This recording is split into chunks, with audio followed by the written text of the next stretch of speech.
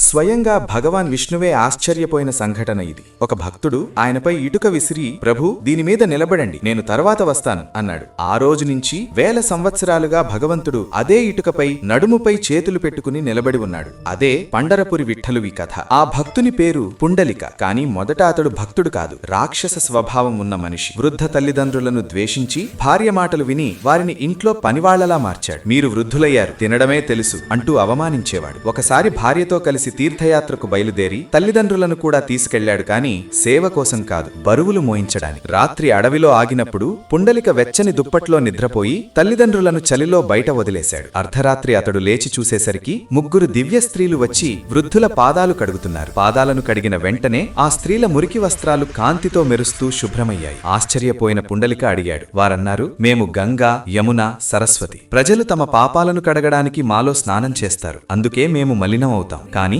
ఈ తల్లిదండ్రుల పాదసేవతో మళ్లీ పవిత్రులమయ్యాం అన్నారు. ఆ క్షణమే పుండలిక మనసు మారిపోయింది. తీర్థయాత్రను వదిలి జీవితాంతం తల్లిదండ్రుల సేవే తన ధర్మంగా చేసుకున్నాడు. అతని భక్తి మహిమ స్వర్గం వరకు వ్యాపించింది. విష్ణువు స్వయంగా వచ్చాడు. కాని పుండలిక సేవలో ఉండడంతో వెనక్కి తిరగకుండానే ఇటుక విసిరి, ప్రభూ, దీనిమీద నిలబడండి అన్నాడు. భగవంతుడు చిరునవ్వుతో ఇటుకపై నిలబడి, తల్లిదండ్రుల సేవే నాకు అత్యున్నత పూజ అని ప్రకటించాడు. అందుకే ఈ రోజు కూడా పండరపురిలో విఠలుడు అదే భంగిమలో నిలబడి ఉన్నాడు.